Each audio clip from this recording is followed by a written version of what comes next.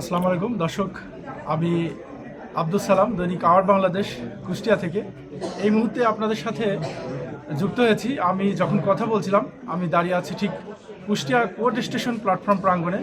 কুষ্টিয়াবাসীর দীর্ঘদিনের চাওয়া এই কুষ্টিয়া প্ল্যাটফর্ম উঁচু বসার জায়গার সংকুলান এবং বিশ্রামাগার সহ শৌচাগার এবং মাতৃদুগ্ধ পান করানোর যেসব সমস্যাগুলো রয়েছে সেই সমস্যার সমাধানের জন্য কুষ্টিয়াবাসীর দীর্ঘদিনের প্রত্যাশা এখন গভীর রাত অবধি এই শীতকালে দেখতে পাচ্ছেন যে ঘন কুয়াশা, এর মধ্যেও প্রায় 5 শতাধিক যাত্রী এখানে অবস্থান করছে। আমি বিভিন্ন যাত্রীদের সাথে কথা বলেছি, তাদের সমস্যাগুলো আমি জেনেছি, তারা দৈনিক আওয়ার বাংলাদেশকে জানিয়েছে। আমরা একটু হতাশার সুরেই বলবো যে আমাদের এই কুষ্টিয়ার প্ল্যাটফর্ম যেটি আরেকটু উঁচু হওয়া দরকার ছিল।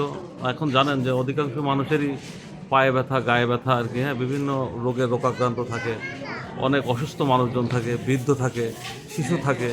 এদের এই ট্রেনে ওঠা এবং নামা বেশ হেক্টিক আর কি। এখানে আসলে বসারও জায়গা নাই, যাত্রীরা দীর্ঘ সময় দাঁড়িয়ে থাকে। আপনি দেখে থাকবেন যে তারা রোমিংয়ের উপরেই থাকে, স্টেশনে এসে একটা জায়গায় যে বসবে, একটু স্বাস্থ্যসম্মত টয়লেট ব্যবহার করবে, কোনো শৌচাগার নেই। ফার্স্ট প্রায়োরিটি হচ্ছে স্টেশনটা উঁচু করে দিতে হবে।